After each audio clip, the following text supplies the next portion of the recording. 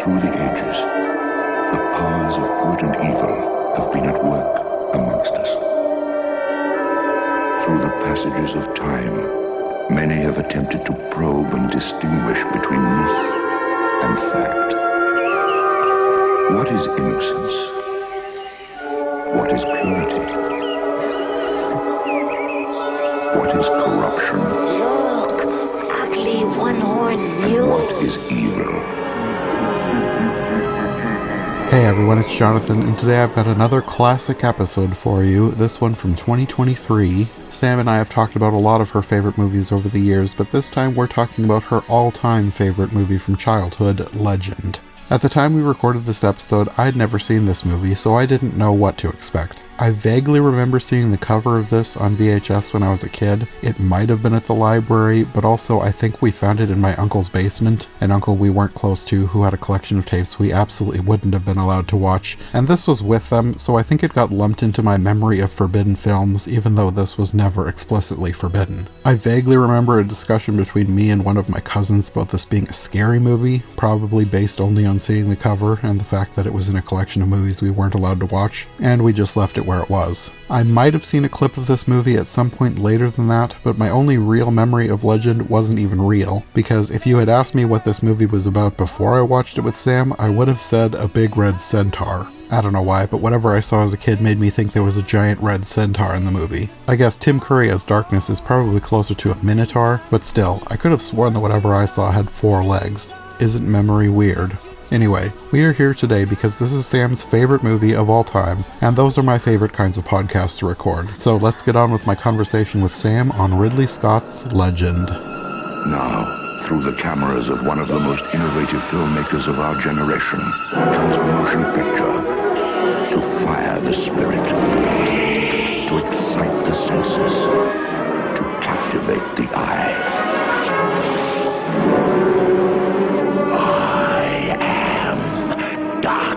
Ridley Scott's Legend.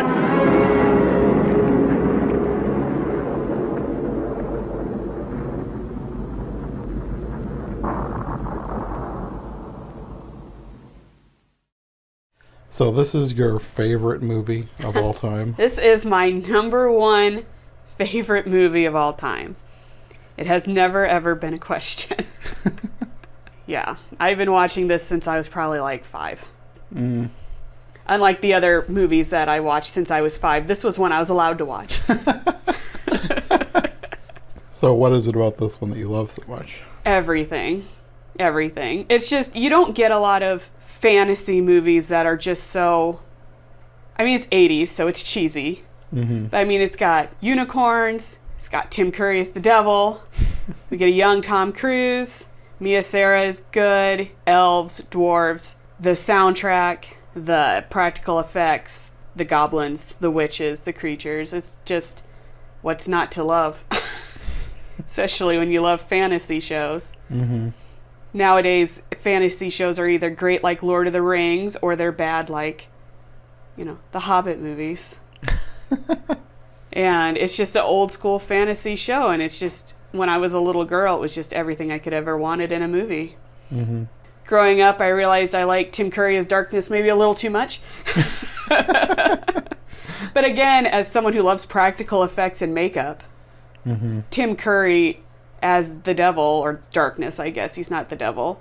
His makeup and practical effects are so good. I mean, they even got nominated for an Oscar. They didn't win it. They should have. I don't know what else was nominated that year, but just looking at Tim Curry and not knowing that it's Tim Curry until, like, you laughed when you saw his laugh. It's only his upper lip you can see, but yeah, I don't know. Everything about it. It's just my favorite movie. Yeah, Rob Bottin, he's the one who came in and designed the special effects and the makeup and stuff, and he also did The Howling, which is another one of my favorite movies, and The Thing, John Carpenter's The Thing, which is another favorite movie, so I'm not surprised that the special effects in this movie are so good and the makeup's good, because that guy, they really know how to do their makeup and practical effects. So yeah, Tim Curry is the standout of this. Oh, he absolutely. Was great, as always. It was weird seeing Tom Cruise as a young Tom Cruise. Yeah, this was like his 7th movie, and it makes me laugh because right before this he made Outsiders, which is one of my favorite books of all time. And then he went to make Top Gun immediately after this, which I'm like, his acting skills, like, he's not a bad actor in Legend. He's fine. Mm-hmm. But for him to go from Legend immediately to make Top Gun, like, it just kind of, I thought there'd be a few movies between Legend and Top Gun, but nope, he went 1985 Legend, 1986 Top Gun. I was like, wow. I thought it was interesting. I read that Johnny Depp, Jim Carrey, and Robert Downey Jr. were all considered for his role. I read that too. I'm so glad Tom Cruise got it. Yeah. Especially not Jim Carrey. Oh my God, that... I mean, Jim Carrey has proved he can be a serious actor, but that was only quite later in his life. Yeah. So I can't imagine Ace Ventura in Legend. I could see him doing Darkness. Or a goblin. That too. A goblin, maybe. But not... The Grinch is practically a goblin. Oh, he is, yeah. Yeah, we know he can sit through hours of makeup, but... And, I mean, a young Robert Downey Jr. maybe. I haven't really seen him in too much other than, like, Iron Man, but... Mm-hmm. Yeah, I'm glad it went to Tom Cruise. Yeah. It's always interesting to see somebody before they become huge. Mm-hmm. Well, like I said, that would have been his next movie was Top Gun, and that's probably what... That's pretty much launched him. Yeah. I mean, The Outsiders he's really good in, but everybody in that movie's really good, and they're all so young, so... But yeah, it was right after that, Top Gun, so... That's when we get the Tom Cruise we know today. It's kind of crazy. And then we have Sara as Princess Lily. Mm-hmm. And it was her first movie. Mm-hmm. I didn't realize she's married to Brian Henson, Jim Henson's son. I didn't know that either. Yeah. All I know is she was in Ferris Bueller's Day Off, and that's the only other movie I know her from. Because I looked through her list, and I'm like, no, just those two is the only two I've seen. I recognize her from. And of course, Tim Curry's stage presence and movie filmography was already like 4 sheets long by the time he did Legend. I mean, he was already a legend by the time he played Darkness. And most of the rest of the people I was not familiar with. Mm-mm. You have David Bennett as Honeythorn Gump, who apparently was 19 in that role. I thought he was like 12. Yeah, he was a little guy. Well, and you commented when we watched it that they dubbed his voice. Yeah. And I guess it's because his accent was too German. I'm like, well, it's a fantasy fairy tale. A lot of those are German. But I am glad they dubbed it. I can't imagine him sounding any different. Yeah, the dubbing was done by the same person who played Blix. The leader of the goblins, Alice Playton. I'm not familiar with her either, but I recognize that she'd done a lot of voice work and things that I had seen over the years. Yeah, so. When I looked over her list, I was like, oh, she does a lot of voice work, because I think I've seen some of this. Well, I feel like the voice was the biggest thing for these two characters anyway, so... It makes sense. Yep. And Billy Barty as Screwball, Cork Hubert as Brown Tom, Peter O'Farrell as Pox, and Annabelle Layton as Una. Didn't know any of them. No. And Kieran Shawn as Blunder. He was in all Lord of the Rings movies, so I recognized him from behind the scenes, but I actually confused him with Deep Roy, and then his Wikipedia page said that he's often confused for Deep Roy. I'm pretty sure we had to pause the movie because you were just like, I know that guy from somewhere. Is it this guy? And I'm just like, I don't know, man. Well, I was thinking it was the guy who played all the Oompa Loompas in the recent Willy Wonka movie. But that was Deep Roy. Uh-huh. So. And, well, when you pulled it up, and we looked at them side by side, it was like, oh yeah, they do look especially quite since similar. This was in the 80s, so he's much younger. And he's also got makeup and prosthetics plastered on his face, too. Like all of them, except for Tom Cruise and Sara. Well, the one that surprised me the most was the person who played Meg Mucklebones. Yes, I love him. Robert Picardo, who was the doctor on Star Trek Voyager, which is the Star Trek that I watched growing up. He's done a lot of creature work like that. I think he likes to be under all the makeup. I could tell whoever was playing it was having a blast. Oh yeah, he was having a good time with that role. Well, it's Meg Mucklebone. She's awesome. Again, another reason why I like this show, because you're just like, wow, that's Swamp Witches. Cool, like I want to create characters like that. So apparently there are 2 versions of this. We watched the original. We watched the theatrical. Okay. And then I watched the director's cut. I think I liked the one that we watched more. I was kind of bored. I have tried to watch the director's cut, but like what I told you when I let you borrow it, it's not the same soundtrack. I mean, I like Jerry Goldsmith. He's a great composer, but that 80s Tangerine Dream soundtrack, that's what makes it for me. I can't imagine watching Legend and not hearing Love by the Sun. It also just seemed, well, I mean, it is longer, but it seemed so much longer. Like, and it's not. It's only, I think, a few minutes longer. But I feel like there was different scenes that just kind of dragged. Well, and they cut scenes. Like, the thing that got me the most in the director's cut is they cut the scene where they show Blix with the unicorn horn when they cut it off. I'm like, why would you cut that scene when he holds it up, or she holds it up? I guess Blix is played by a woman, but they don't specify. It's a goblin. And I'm like, why would you cut that scene out? That's kind of an important scene. But yeah, it mostly just kind of extends a few scenes. And for some reason, the theatrical cut dubbed over the woman telling Lily she's a princess, which I never understood why you'd hide the fact that she's a princess. Because even as a kid, I'm like, well, she's clearly a princess. I would just, or by like the a royal way she was house. dressed, I would have guessed. Yeah, because I'm like, she's dressed like Maid Marian in the Robin Hood movie. Like, she looks like a princess or like a lady of a high house. So I'm like, I don't know why you would hide that, but. So who was that family that she was visiting at the beginning? I think it's just someone she knows, probably a commoner in her kingdom, and I think it's just whoever she stopped to pester whenever she was going off to see Jack.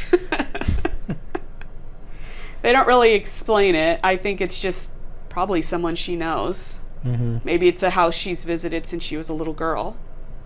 Well, they acted like they were old friends. Yeah, so. They were very close. So my guess would just be somebody she's probably just always gone to visit when she goes into the forest. So then if she, in the theatrical cut, is she a princess, or did they take that out completely? I don't know. They never call her a princess anywhere, but when they leave at the end, I've always assumed that's where they were going back to, was her kingdom or her home, but I think it's more up to your interpretation. You can look at her as a princess or a woman from a rich house or just somebody who doesn't live in the forest and dresses very nice. So then is Jack human? I have always assumed Jack was not human because they call him Jack of the Green, which is a green man, which is from a lot of Irish and Scottish and English folklore. The Green Man. It's a really long, complicated history, but he pretty much like represents like fertility and spring and life, and oddly enough, life, death, and rebirth, which is basically what happens in the movie. They go through life, they go through the winter of death, and then when they bring the unicorn back, rebirth. But I always assumed Jack was an immortal because Gump calls him a forest child, and then his official name in the movie is Jack of the Green, which is another name for the Green Man.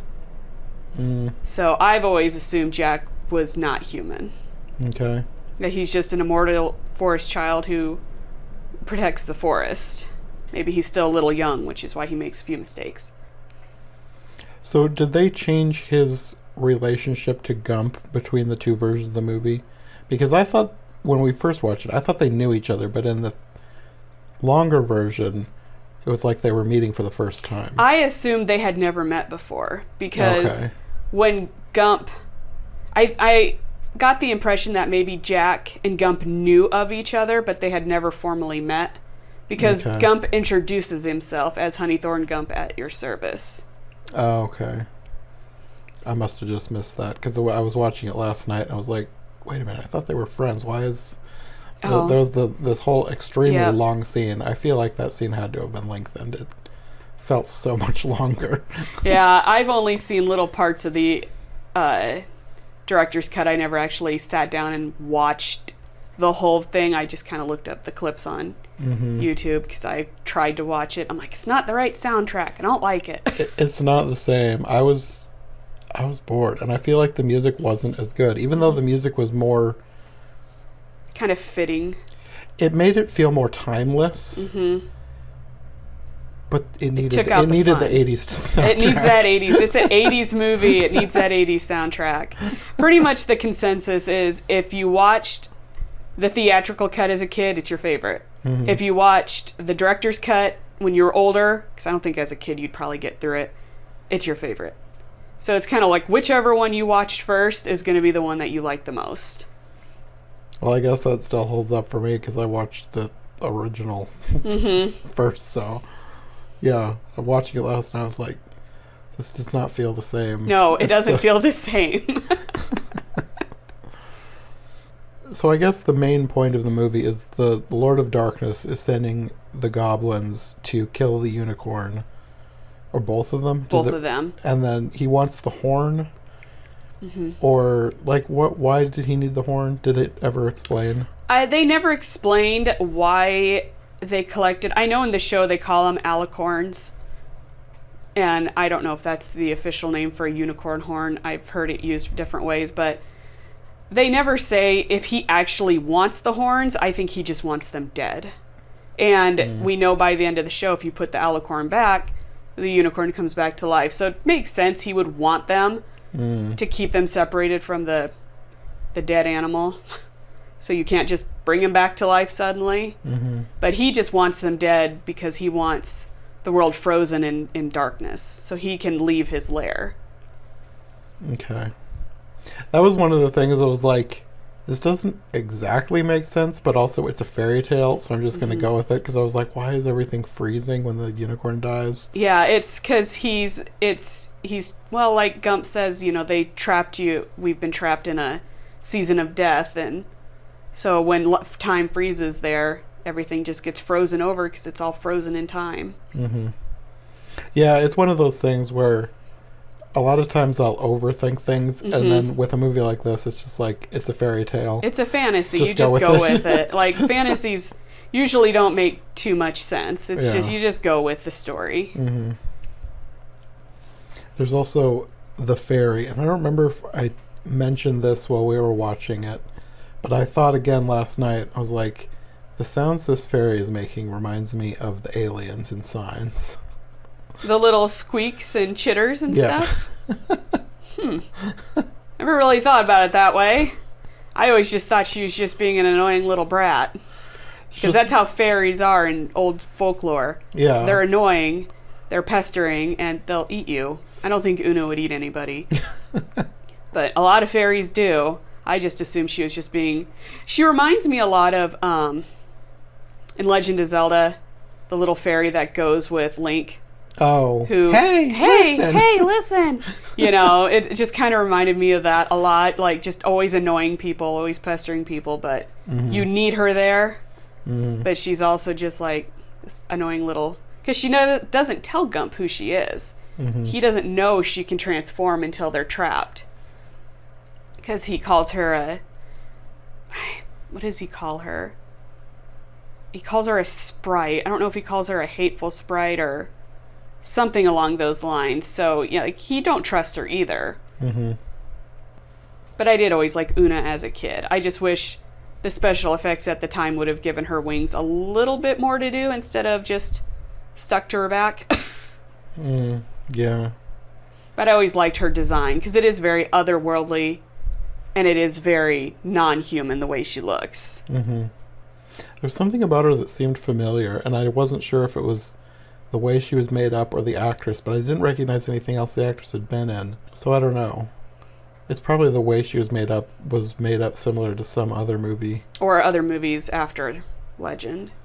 Her contacts always struck me because they're so vibrant. I'm assuming they're contacts because her pupils don't really dilate when the sun shines in her face. But it always just kind of struck me how vibrant her eyes were, and I always liked how wild her hair was, because she's a fairy. Mm-hmm. You know, she's wild and free, just like she says. Mm-hmm. And I don't remember if this was in the theatrical version or not, but I noticed it last night when Lily goes back to the family that are her friends. Mm-hmm. There's a frozen baby. Mm-hmm. Yeah, I know there's a crib.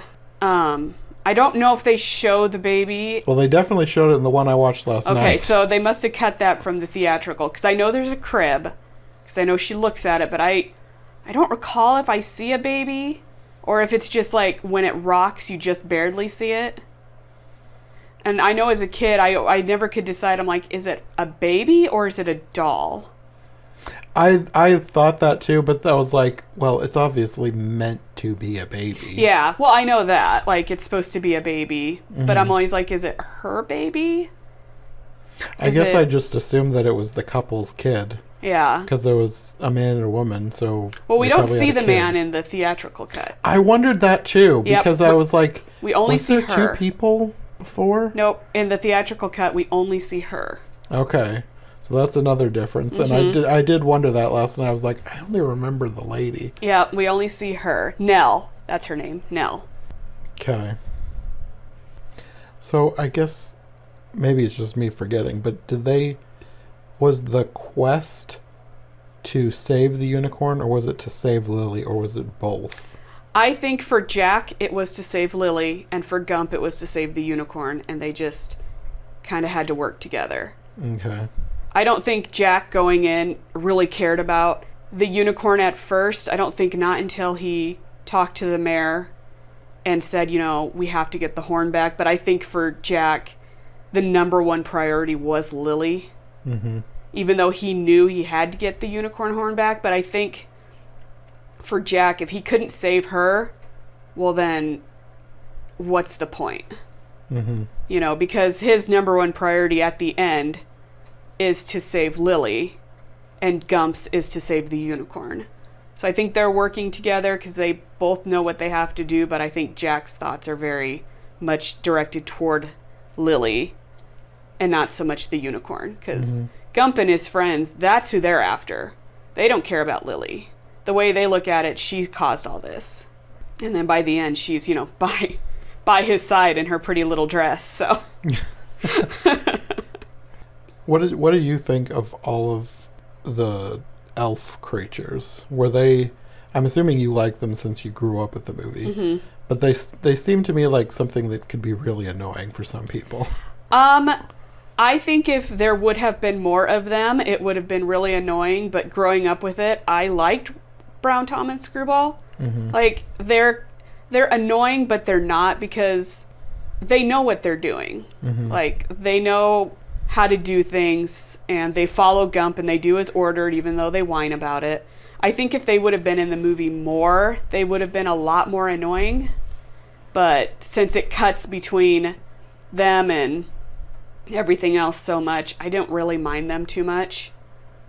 But I can see how they probably would be very annoying little characters, but I liked them, and I liked their designs, and I liked how they looked and how they talked, and, you know. What about Blunder? That, I don't really have... Well, like, what was up with him anyway? I don't know. I don't know if he got caught and he was working undercover, like maybe, or if he got recruited. They don't really talk too much about why he's there and what he's doing. Because, I mean, he turns on him real quick. Yeah. And kind of outs himself immediately. So I don't know if he was working undercover or if he got too close and got caught and just decided to just stay there and just observe. I mean, he didn't really strike me as too smart. So I don't know. No. And Gump definitely didn't know he was there. And Gump's kind of in charge. So I think somewhere on the cutting room floor is probably more of his story. Probably. It's probably one of those things where it's like, yeah, we don't need to explain this. Right. Or maybe it could be kind of like a Lord of the Rings thing too, where maybe the bad guys take the elves and turn them into villains, because that's what happened in Lord of the Rings with the elves, is the elves got corrupted and became like the Uruk-hai and the goblins and all that stuff. Mm. So maybe it's just they took a page from that. Maybe they just were like, what the hell? It's supposed to be partially a kid's show. Let's have him be an annoying little character who we're going to bake into a cake. Or a pie. Well, we should also talk about the part where Lily is not necessarily taken, but sort of enchanted away. Seduced. I always looked at it as she was being seduced. You're talking about like when she is captured and... With the dancing dress. With the dancing in the dress and everything. I always looked at that as... Because Darkness, when he sees her, he wants her. And he asks his mother, because you hear the voice on the wind, because he just wants to take her. And the voice says, charm her, woo her, seduce her. Mm. So he's giving her all the things a princess would want. Jewelry, wine, food. And I think it's him seducing her, because he tells her later he loves her, but it's not love, it's lust, because that's the whole point of Legend. Like with the opening crawl, they talk about no light without dark, no love without hate, you know. And I think it's just her just not knowing what to do, because she's never been in a situation like that before. And she's scared and she's alone. I think she just allows herself to be seduced by this, you know, in a moment of weakness. Because she doesn't stay that way. You know, she's weak for a moment, but she still talks back to him. She still betrays him, so she's stronger than she looks, but I think in that moment was just a little slip. And so you don't think she was pretending at that moment? No, I don't think so. Well, I know that scene is one of the scenes where the music made a big difference. Yeah, it's more like a jewelry box lullaby kind of thing in the director's cut, isn't it? It was boring. Oh. It just felt different. It was like, I don't know. I need to watch them side by side to figure out exactly what I thought, but I know this does not feel the same. No, I do like the music. I mean, obviously I like the music more in the theatrical, but it's got more of like a beat to it. You know, you're just like, I can see how if she heard this music, she would want to dance with this sparkly person, you know, and be seduced by that and kind of be lulled into thinking maybe this isn't going to hurt her when all she's seen is scary things that look like they're going to get her. Since everything moves and watches her as she runs through the palace. Yeah. Another thing I was wondering about, did she sing in the theatrical or the theatrical one? No, she does not, but I know she sings in the director's cut. Yeah, because she started singing, I was like, I don't remember this. Yeah. I know. I think I saw a clip of that, and I was like, no, that's okay. Yeah, I don't think it was needed. No, I mean, I know that was the thing, again, going back to Lord of the Rings, because there's a lot of singing in those books. A lot. So that kind of made me think of that, like, well, a lot of these older things have singing in them, so let's throw in a song. Sometimes you don't need it. It didn't need it. No. No, we don't need to hear Lily sing. That's okay. We can convey it some other way. Well, is there anything else in the middle of the movie you want to talk about before we get to the showdown? Surprised you don't want to talk about the unicorns making whale sounds. Oh, I forgot about that. That's true. Because when we were watching it, you're like, is that a whale? Yeah, that was a choice. I think it's because the way I've always looked at it is, what more ethereal sound is there than a whale song? Yeah, I suppose. You know, it's just like, what sounds more haunting and alien and beautiful than a whale sound? That's kind of how I always looked at it. Because it's like, they do make noises like a horse. But would a unicorn actually sound like a horse? I think that's why they put those sounds in there. Because it's just so enchanting and haunting. And somebody who lives in the middle of the forest isn't going to know what a whale sounds like. Yeah. You know, they wouldn't know. I think it probably just stood out to me because I've watched too many nature documentaries. Right. Well, even as a little kid, I was just like, that sounds like a whale. But I'm cool with it because it works. You know, and I love just the whole scene with the unicorns when they first come. I think they did a great job making them look very, they're pearly white, they're clean, they're very beautiful horses. I know they had to like smuggle those horses out of another country to like film this movie. And I know they're all stallions or geldings, because I mean, you can tell when you watch the movie. As a little kid obsessed with horses, I'm like, that ain't no mare. But I don't care. And I love the design of the horn, which is how I've done a lot of the art with my unicorns. And I love the placement on the forehead. And just, I thought they did a great job. And the sound stage where they filmed is just gorgeous. Like, they don't make sound stages like that anymore. Yeah, I forgot about that. You said that it was all filmed on a soundstage. It really does look like outside. Well, they filmed it on the 007 soundstage because it's like it was the biggest one at the time, I think, and then it burned down. It caught fire and the whole thing burned down. They had like so many days left of filming, and the whole thing burned, so they had to rebuild it. And then the scenes with Nell's cabin, they filmed outside somewhere. And then I think the scene with the unicorns when she approaches them, I think they filmed that outside somewhere as well.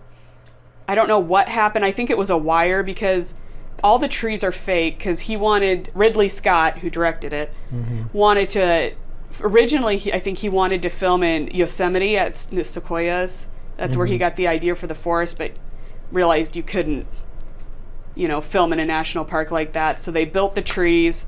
And they planted a bunch of plants. And so they had like birds living in there and all this other stuff. And they had planted flowers. And I think just like I'm pretty sure I read it was a wiring thing. And the whole set just burned down. They said there were flames shooting out the top of it and everything. Like, I can't imagine being like, oh no, all my hard work. The Lord of Darkness. Yeah, Tim Curry's like, get me out of this damn makeup. I'm going to burn this soundstage down. And I know they used like 5 sound stages to build all the sets, because it's how they did things in the 80s. You built the sets, which is why everything looks so big and alien and different. I love how Jack just wants to show her, because he loves her, the unicorns. And then it's kind of the first step of her giving into temptation when she goes to touch the unicorn. Because Jack tells her, you can't do this. But she's a princess, and she does what she wants, and it's kind of her giving into that temptation. It's like darkness is influencing her to do it, because they're ready. Blix is there with the blow dart. And I always felt like it was him kind of like tempting her, because that's what he does. He tempts people and pushes them to do things, but he doesn't make you do it.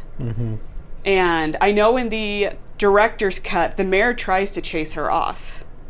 I wondered about that, because I didn't remember that happening. The mayor tries to chase her away, and when she won't leave, it's the stallion that she pets. Because in a lot of old folklore and a lot of like old unicorn lore, it's always the innocent maiden who can lure in the unicorn. So if you look at like old unicorn tapestries from like England and Britain and stuff, they always use an innocent maiden to bring in. It's always a stallion. It probably has something to do with virginity and all that stuff.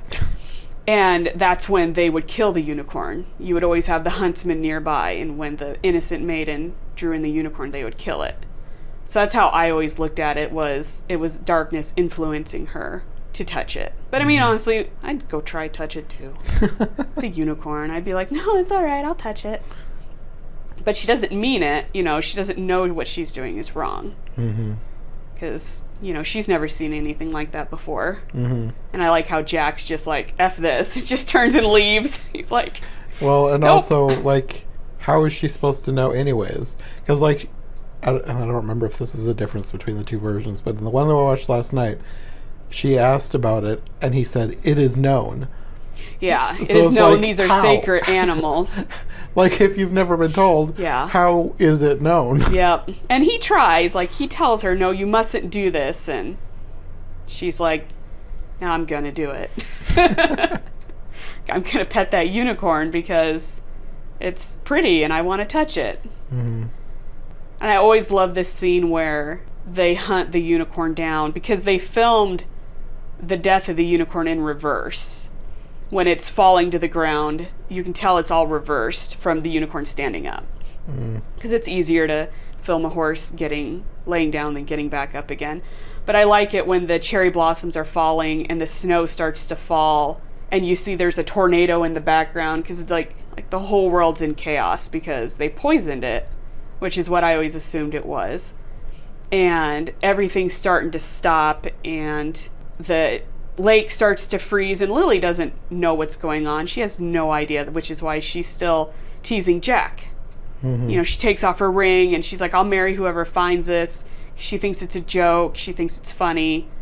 And again, this is Jack knowing something's wrong, but he's so focused on Lily, he doesn't realize what they've done until, you know, he almost drowns. But I always did like this scene, though, where the unicorn falls and they chop off its horn and they're just so proud of themselves. Good job, guys. You did the darkness. His wishes. I liked the part where Blunder wants to take over. I know, and at that time we don't know he's like an elf. And I'm just like, I didn't even think twice about it. I'm just like, well, they're goblins. Like, they're always fighting amongst each other. So he's just like, my turn. I'm gonna do it. And then, you know, I think they're trying to say that it was Darkness who popped up and punished him at the end, but I always assumed it was just like one of his like leaders, because you don't see his horns. But, you know, they show up and he's like, oh, it's only a joke. I just figured it was like a dead guy or a mummy that had been dead a while and he just was like, brought him back. Yeah, he's just like, go get that horn and tell him to knock it off. I love the way he just grabbed him and jumped in a hole. I know. He's like, adios, amigos. And he just, off he goes. And I'm like, well, I mean, yeah, okay. Sure. You know, that's one of those moments where you watch Legend and you see like the line between Ridley Scott wanting to make a kid's fantasy film, because I'm like, this is all very kids fantasy, and then once we get to Darkness, we get to the more horror aspect that he kind of wanted to swing towards once they were filming but was unable to. I think they found a good balance, though. It is a good balance. It is very, like, watching it as an adult, though, it is very kind of like, there's definitely different feel. Like, yeah, this is very much fun and for kids when we're focusing on, like, Screwball and Brown Tom and all them. And then, like I said, once we get to, like, Lily being seduced and, you know, Darkness talking about all his stuff, you're just like, and this is very much more, like, a little bit older. But a lot of movies in the 80s were like that. I was just thinking that's kind of a lot of just 80s movies in general. Yeah, they kind of go from one feeling to another very quickly. Yeah. Gremlins is another one. Well, and Indiana Jones and the Temple of Doom, too, which is, that and Gremlins inspired the PG-13 rating, because Legend's only PG, but you know, if it was made now, it would be PG-13. Oh, probably. Just like Jaws. Jaws is PG, which is hilarious. Yeah, with some of the scenes in there. The blood. Like, oh my. Limbs. Quint. Yes. Yeah, so, anyway. Well, let's talk about when he is finally revealed, because I forgot that he was revealed so late in the film, like you actually see him. The theatrical cut, we have him in the beginning, because the executives or whatever... So he was in the beginning, then? In the theatrical cut, he is. In the director's cut, he's not. Because I was watching last night, I was like, I could have sworn we saw him, but he was just in shadow, and like, oh, I guess I must have forgot that. But I guess that's another thing that they changed then. Yep, they changed it for the American audience, because the American audience, what they were back then, I suppose it's true, they're like, you need to put something in there to hook people, because they're not going to be okay with just starting off with Jack and Lily. So that scene in the theatrical cut where Darkness is bringing Blix to him and saying, I need you to go do this. Well, that scene was there. It's just you never saw him specifically. Yeah, and you see him because he's like all in shadow, and he's nails in his eyes are like neon green, and I'm like, this is a choice. Why is he under a black light? Like, but yeah, they do. But you don't actually see him in full makeup until like much later in the film. Yeah, the part after she has the dress on. Yep. He like comes out of a mirror. He pops out. He's like, "Hey, what's up? You look nice. Want to sit in this weird chair and have a snack with me?" I do love it, though. I think it's funny, though, that they show, when he comes out, they show his hooves, but we never actually see him, like, foot to horn, like his whole body until the fight at the end with Jack, just because I imagine it was just easier to film Tim Curry from the waist up. Yeah. You know, I mean, he's wearing enough makeup and prosthetics as it is, and I think he had to be on some kind of stilt to make him taller. Yeah. So I'm sure they're like, whatever we can do to make this a little bit easier, because I know he hated all that makeup. I read that at one point he got so claustrophobic he started ripped ripping it off and tore his own skin. Yeah, and started hurting himself. Yeah, that would have been. And they had to like swap out the horns, which you can tell at the end when they had to when they go from the heavier horns to the fiberglass, because like the heavier horns don't move at all as he's moving his head and talking, because it had like a strap on the back of his neck to hold him up. But at the end when he's fighting, they kind of do move around a little bit. But I'm like, I'm fine with that because I understand how much pain he was in. I don't want Tim Curry to get hurt. Yeah. So. But yeah, when he first pops out of the mirror, which is another thing I love, that he comes out of a mirror. I just love that, because so many fantasy stories, there's mirror travel, and I'm just like, that's just such a great little detail of him coming out of a mirror. With all his little glittery, everything glitters. It must be part of the reason why I love the movie so much. There's sparkles everywhere. It's very 80s. Very 80s. Everybody has glitter. I do like, though, when him and Lily have their first conversation, I like the theatrical cut much more because she yells at him. Because he wants her to sit and talk. I do like that he's like, I value your thoughts. I want to talk to you. And she tells him, I do nothing for your pleasure. And he gets pissed, swipes all the food off the table, yells at her, and she laughs and she hides from him. I don't know why. I just always liked that, because now you're like, is she going along with this? Is she scared, or is she now playing him? Because she doesn't know yet what he wants to do. But I always love, though, that she gets that little bit of backbone, and she tells him, I do nothing for your pleasure. Because she's like, I'm not falling for this. And then when he gets mad and starts yelling, she laughs. Oh, don't forget all the fun stuff when we first go down into the hole. We got to get to the tree first with Meg Mucklebones, who I love. I love that she wants to eat him. And she doesn't want to eat the fairies because they taste bad. Was she supposed to be like a specific kind of creature? I think she was just a swamp witch. Okay. That's what I always took her. I think she's got a name or something, but I always just took her as a swamp witch. It's a swamp. Looks like a witch. You know, she wants to eat Jack. And, you know, they use the other little guys as bait. They're like, get out there. You go first. And she don't want to eat them because they taste bad. I always liked that. When she's like, foul-tasting fairy. And I'm like, oh, poor guy. You don't even taste good. I like that they distracted her with her own reflection. It's very Medusa-like, too, where, because he tells her she's beautiful. I think he does that more in the director's cut. They have a little bit more conversation. Because he tells her she's beautiful and gets her to look at her reflection. It's a little bit more cut a little closer together in the theatrical cut, not as much talking. Okay. But that's one of those situations where you're like, no, let them talk a little bit more. That makeup's fantastic. It would have been. It's one of those things where it would be nice to have like some sort of a combination between the two. Right.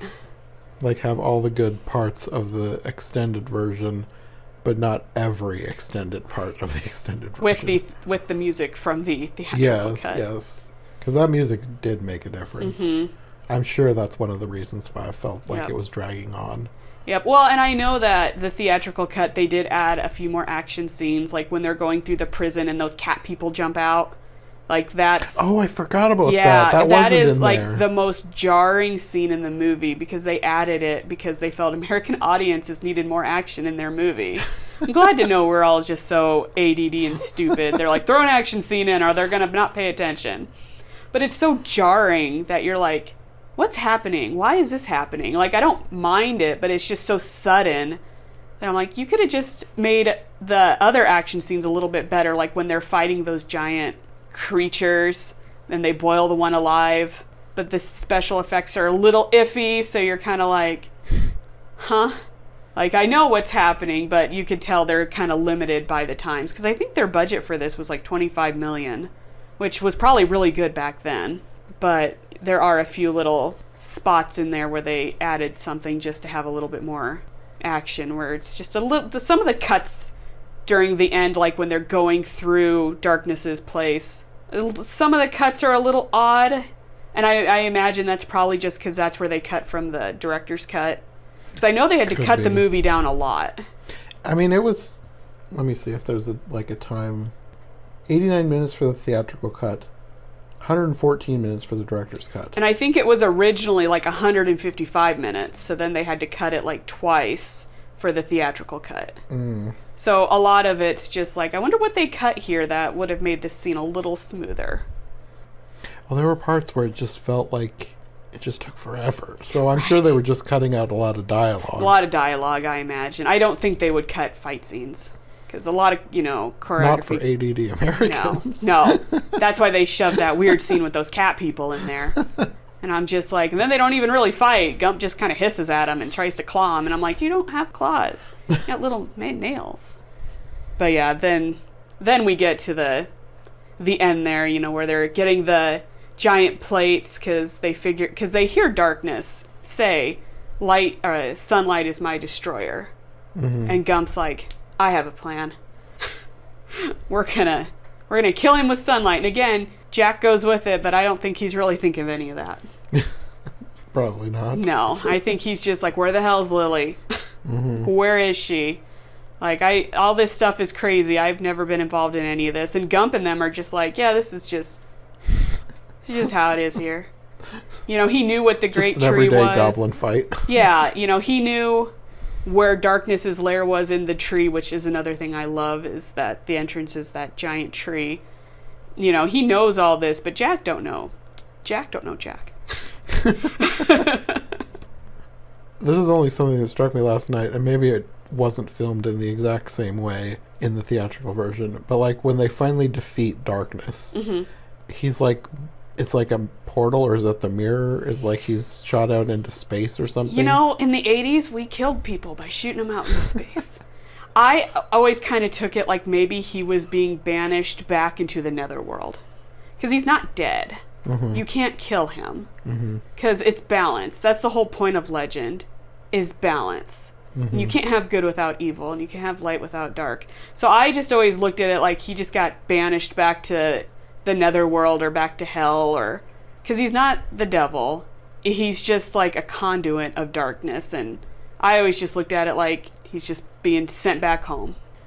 Well, that scene, it reminded me of Alien. That's what I mean. Like back then, that's just how you killed things. You just shot them out into space. Yeah, because I was watching it and that happened. I was like, this feels like Alien. And I was like, oh wait, Ridley Scott. He literally did Alien and Blade Runner right before he made this. So he's like, how did that worked out well? I'll just shoot this one into space too. So, but yeah, I always thought it was weird because I'm like, is he going to space? And then when it like flashes and you see like stars flying, I'm like, or maybe he just went through a portal and he went back home. Because he's not dead, because we see him at the end. The very end, like before the credits start. Which I don't think that was in the extended version either. Nope, they cut that. It's in the theatrical cut though. So, Americans, you got to keep them entertained. So he's not dead, but yeah, I don't think it's space. I think it's just like a portal, or maybe space in the middle of the planet. I don't know. This is a fantasy world. Yeah. Off you get. There was also another scene after that I'm fairly certain I don't remember in the theatrical version, where they talk like maybe this was a dream. Yes, there's like 3 separate endings they shot for this, and I think one of them is where Jack tries to tell Lily all of this was a dream, but she doesn't. She's like, nah. No. I'm not a huge fan of, like, that feels like a cop-out to me. And I don't really like the ending that we get. I don't like that Jack and Lily leave together. I like the alternate ending where he stays in the forest and she goes home, because that's where he's meant to be. Since he is an immortal child and a green man, he should stay in the forest. I wish that would have been the other ending and she would have just gone home on her own. I like that ending more. But, I mean, I'm not mad at what we... Yeah. I mean, the scene at the end where they're all standing there with the unicorns waving, and I'm like, oh, yay. But I always was like, why is Jack going with her? Like, you stay here. This is where you belong. You know, she can just come visit you again. That's what you guys have been doing. Originally, Ridley Scott, when Jack and Gump go to confront darkness before they sacrifice the unicorn, they crawl up on a hill. And it's supposed to imply that it's supposed to be like all bones and stuff. And originally Ridley Scott wanted it to be rotting corpses. But they're like, no, that's not children appropriate.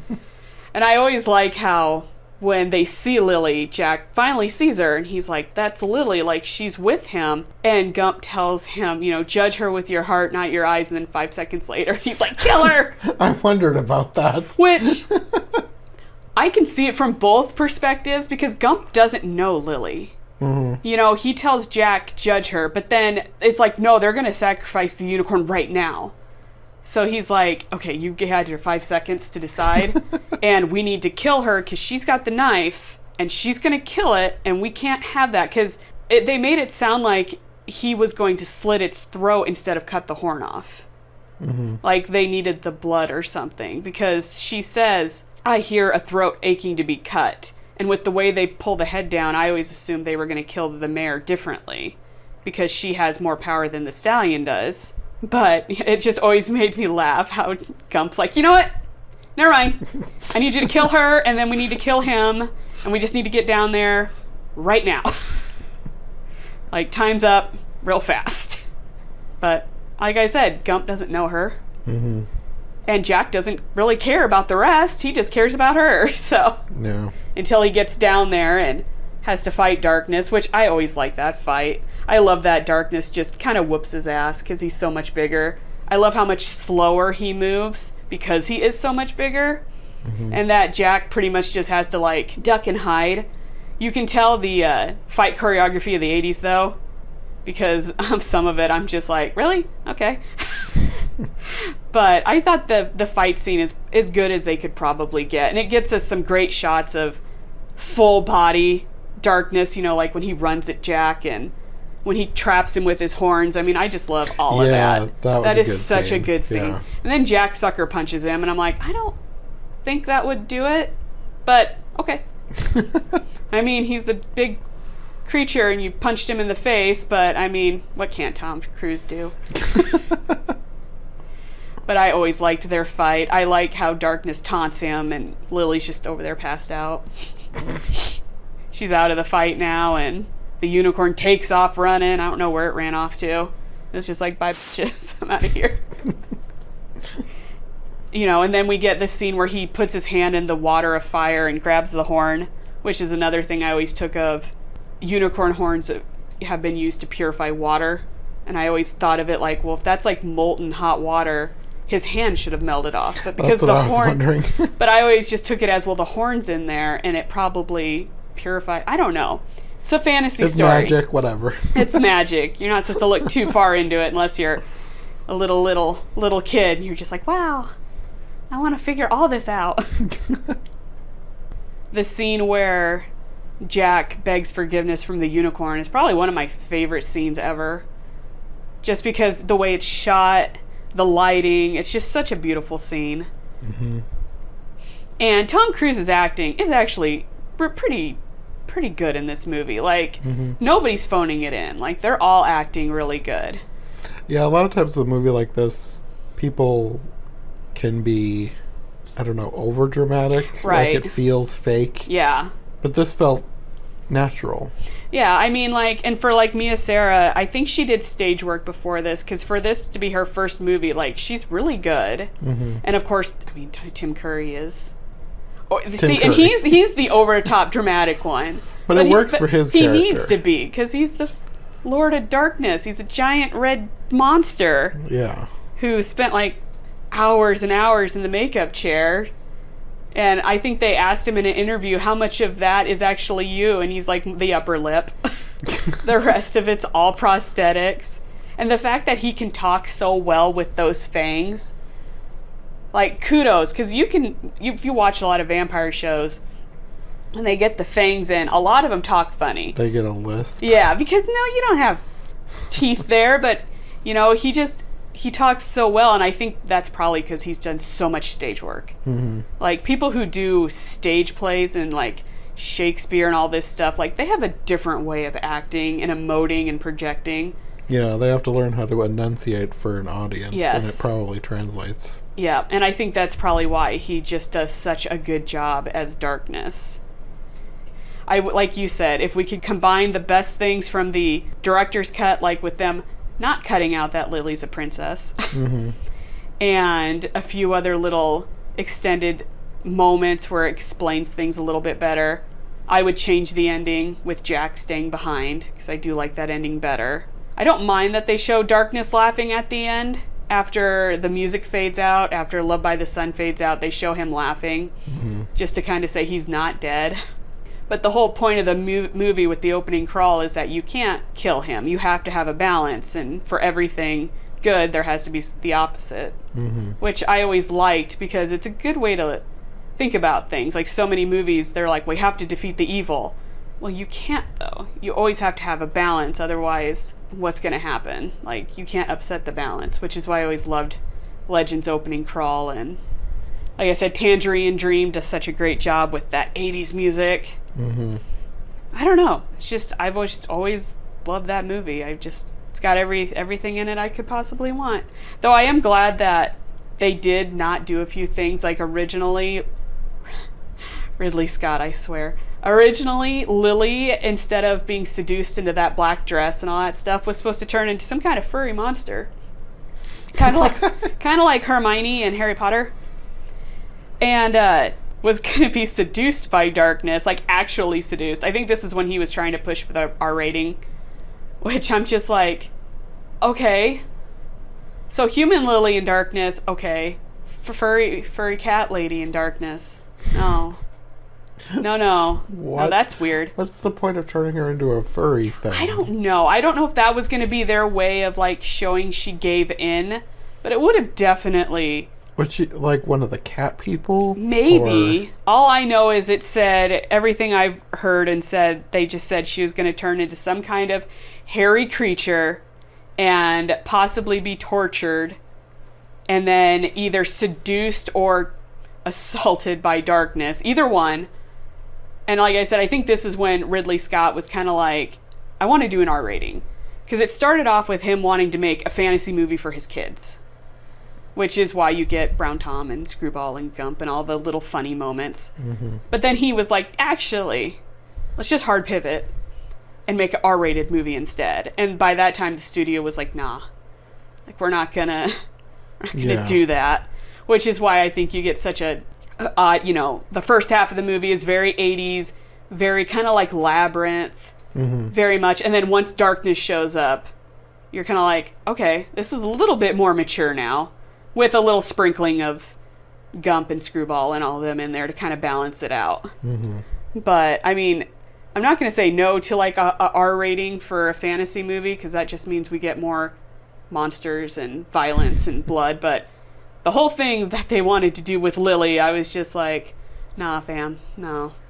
Let's just not do that. Yeah. That's weird. I like him trying to seduce her this way a lot more than... the magical faceless dress. Yes, and that dress is gorgeous. I love that dress, and I don't even like dresses. But she looks amazing in that dress. Like, it's sensual and seductive without being over the top. Yeah. You know, and it's the complete opposite of what she had been wearing before. Like, she looks very, very good. And then, you know, at the end, somehow she's back in her normal clothes. I'm assuming that the magic just popped off and she's back in her princess... I didn't even think about that, but you're right. Yeah, she's back in her little princess outfit and, you know, Jack... Because, again, Gump is the one who brings the unicorn back. He takes the horn to the stallion and brings the unicorn back. Jack's over there diving in a pool trying to find Lily's ring so he can marry her. And I'm like, I guess you got your priorities. I mean, and Gump's in charge of it. But it's just so funny that he's the hero of the story, but he's not the one who brings actually saved the world. Yeah, he stopped darkness, but he mostly just got lucky. Well, actually, he didn't. It was Gump and them who stopped darkness with the light, with the sunlight. Yeah. If they wouldn't have come in with the sunlight, Jack would have lost. Yeah. He cut off his hand, but I think that was only after the sunlight hit. It was. Because he throws the horn, because darkness is like, give me that. And he throws it at him, and it stabs him in the stomach. And then the sunlight hits and blasts him against that archway. And then Jack, he pulls the horn out, and Jack cuts his hand off to get it back. And then he gets blasted out into oblivion. But yeah, if it wouldn't have been for Gump and them, Jack would have lost. He wouldn't have won that fight. Mm-hmm. So I guess the hero is Gump. Jack was supposed to be their hero, and they did need him to do this. Mm-hmm. But in the end, it was really Gump and them all working together. I guess they all worked together. It was a group effort. It was a group effort. But Jack's priorities were definitely on Lily and not saving the unicorn. Yeah. Which is why I think it would have meant more if he would have just stayed behind at the end. I feel like this is totally the kind of movie, though, that if it wouldn't have flopped, would totally have like 3 sequels. And Jack would have been played by a different character every time. You know what? You're probably right. Because Tom Cruise does not talk highly of this movie. I don't think he liked it. Which, I don't know why. Like, get over yourself, Tom. It's a good movie. You were young. Like, it's a good movie. But, because you can tell, at the end when darkness pops up, I don't know if they, were thinking of plotting a sequel. I'm glad they never did. It doesn't feel like something that needed a sequel. It's a good one and done. Yeah, it's like, you're done. It's a fairy tale. Mm-hmm. The story's over. You don't need to continue on and like, oh, darkness is back. And this time in CGI. Well, isn't it a Fox film, which means Disney owns it, so maybe they will make a sequel? I think it's Universal. Oh. It's Universal. Yeah, because the Universal logo is space, and so I always kind of laugh at the end when darkness gets blasted into space. Because I'm like, oh, is he going back to the studio? Universal took him back. Yep, it's a Universal film, because Ridley Scott did this right after Alien and Blade Runner, because a lot of the people who helped work on those helped work on this. Because it does have that Ridley Scott feel, but you would never really realize it was a Ridley Scott movie, because it's so different from his other movies. Yeah. I mean, who watches Alien and Blade Runner and then watches Legend and is like, oh. It's not like John Carpenter, where all his movies kind of have the same feeling, or like Christopher Nolan. Ridley Scott's movies are kind of all over the place, especially now.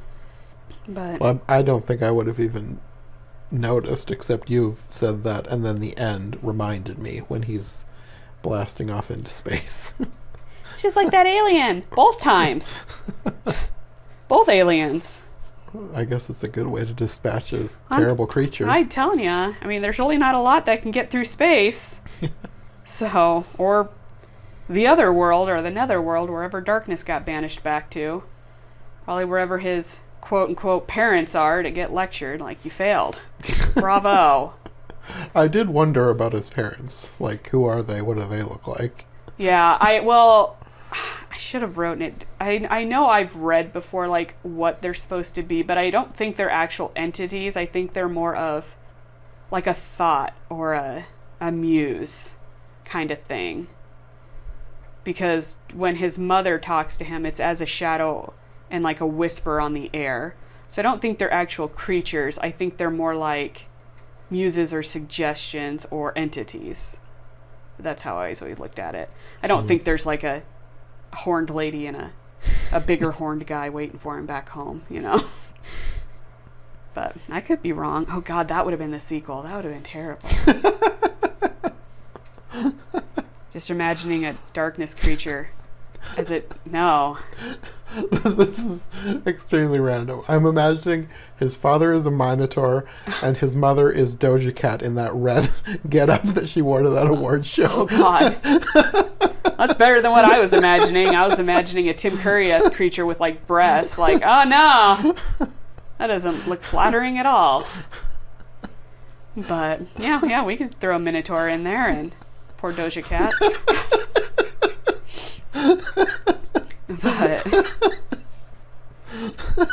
But yeah, Legend, it's just a very 80s movie. Like you said, it's like the most 80s movie. Extremely 80s. Extremely 80s movie. I mean, it ranks right up there with like Big Trouble in Little China for like just that you watch it and you're like, yep, this was in the 80s. Mm-hmm. Absolutely. Or like Labyrinth, I'm pretty sure that was in the 80s. Oh, yeah. Dragon Slayer, looking at the movies on my shelf over there and just listening them off. Dragon Slayer is in the 80s. That's another one I need to see. I can let you borrow it. It's just right over there on the shelf. I haven't watched it in forever, actually. And like Clash of the Titans, though, wasn't 80s, I don't think. But that one's worth a watch. Not the new one. Not the one with Sam Worthington. No, was that it? Him? The guy who's in it, I don't know. You gotta watch the one with the claymation monsters. Mm-hmm. But, yeah. Like I said, it's just a good movie for makeup and costume design and the stage pieces and the sets, and you know, it's just that time right in there right before CGI, and you're like, yes, all of this is real. They're running through the trees, the unicorns look good. Like I said, nowadays darkness would be fully CGI, or it would be like a Vision kind of thing where they paint him red and have the markers on him, so he's still has his face and his mouth, and the rest of him's all CGI. Mm-hmm. I just love that it's just one of those cult classics now that it bombed in the box office, but now everybody who watches it either really like it or you really don't. I remember watching it with a friend's family, and it got over, and they were like, her dad was like, well, that wasn't very good. And I was like, what? And they're like, yeah, I didn't really like it that much. And I was like, oh, no. I can never speak to you again. I was like, I don't think we can be friends anymore. Your dad said you didn't like that movie. Like, oh no. I think we were like in middle school or something at like a sleepover, so. That does seem like a good sleepover movie for middle school age kids. Well. First scary movie. For most kids. For most kids, no. I'm pretty sure I made that same friend watch The Thing, and we got halfway through it, and she made me turn it off. And I don't think she ever forgave me for trying to make her watch that. We got like halfway through when it starts to get real, and she was just like, well, you need to turn this off now. And I'm like, why? She's like, 'cause it's scary. I'm like, oh, sorry. I wasn't aware. So yeah, I didn't make her finish it. I think we watched like Lion King after that. It's like, well, let's balance that out with some Disney, I guess. You know, you watch one scary thing, you gotta balance it out with something a little less scary. Like a friend and I went and saw 28 Days Later. It's a zombie movie. Mm-hmm. And it scared the hell out of me. So when we got back to her house, she's like, what do you want to watch now? I'm like, let's watch The Ring. It's a little less scary than that other movie. And I can make fun of this one. Have you ever watched that? Yes. I actually have watched one scary movie. The little girl, Samara. That's the chick who voices Lilo. Yeah. The thing that I remember about that movie was the horse dying, and that's what scarred me. I know. I was just like, no, not the horse. You killed people you want, but not the horse. I don't remember much of anything else in the movie. I just remember the horse scene. I was like, this is terrible. I think I remember watching it and being like, yeah, this is definitely a lot less scary than that other movie we just watched in theater. Legend, though, is just, they don't make movies like Legend anymore. Everything that's going to come out fantasy now is going to be like Game of Thrones and House of the Dragon, which I'm fine with to a certain point. Yeah. I know you haven't watched those, but you know, they don't make fantasy movies like that. I mean, Lord of the Rings was like the last great fantasy, and it's because it took a lot of stuff like what Legend did. You get a lot of practical effects. Yes. A lot of sets, a lot of miniatures, a lot of filming out in the wild. You know, the CGI is minimal to, you know, until you get to the third movie. And Obviously, there's a lot more CGI in the third movie than the first two. But You can't really practical effects the Oliphants? Yes. No, not really. You know, and it's just one of those movies. Oh, and Excalibur. Excalibur's a really good movie, too. That's one of my mom's favorite movies. Some of it's hard to watch because it's kind of sad. But it's another good movie. It's just those old fantasy movies where, damn, they just went for it. Mm-hmm. They're like, it doesn't need to make sense, but it needs to look cool. Yep. It'll always be my number one movie, I think. I don't know if they'll ever make another movie that just makes me as emotional as a person who's not very emotional. Mm-hmm. You know? I don't think anything's really even come close to toppling it over, actually. I think a lot of the childhood nostalgia has a bit to play with it, too. Yes, yeah. Yeah. And like I said, when I was younger, this movie had inspired so much poetry, so much writing, so much artwork, so much, you know, because it's got so many good little elements to it. It's just a lot of great ideas that, even though a lot of people don't like it, it bombed, it's just a great fantasy movie. And it's safe for all ages. For the most part. Yeah. Unless you're really scared of... Just tell people, it's just Tim Curry. It's just Tim Curry. It's okay. He can't hurt you. It's just Tim Curry. It's just Tim Curry. You. No. If I was one of those people who made clickbaity titles for my YouTube videos, this one could be called "It's Just Tim Curry. He can't hurt you." He can't hurt you. It's okay. It's okay. Or you're gonna watch it and be like, huh, why does he look a lot better than I think he should? Like, that darkness is ripped, man. You're just like, somebody's been doing their crunches. And getting a tan. Yeah. Yeah. He's well done. Yes. He is. He looks quite good. Of course, that chin, though. The chin was very... The chin is quite prominent. You think it'd be the horns and the red skin, but no, you're like, oh, look at that. That chin is quite... It's kind of like when you see Thanos for the first time. You're just like, oh, look at that chin. That's a choice. But it works. He looks great. I think with Thanos, I've seen him so many times, I've kind of gotten desensitized to the fact that he has a chin that's like a giant raisin. He just looks like Bruce Willis. Like in a raisin. Yeah. Okay, well, that's probably as good a place as any to wrap things up. Mm-hmm. So, until next time. Until next time. Thanks for listening to this podcast on the Joncast Network. We'll be back soon with another episode, but in the meantime, make sure you follow my co-hosts. I'll have their links in the description, along with links to all our latest episodes, all my socials, and my Patreon, where you can find bonus and extended episodes, and get early access to most episodes, sometimes up to a week in advance. Make sure to subscribe to this show on whichever podcast platform you prefer, and follow the Joncast Network on YouTube for more podcasts covering all kinds of things beyond just what you'll find here.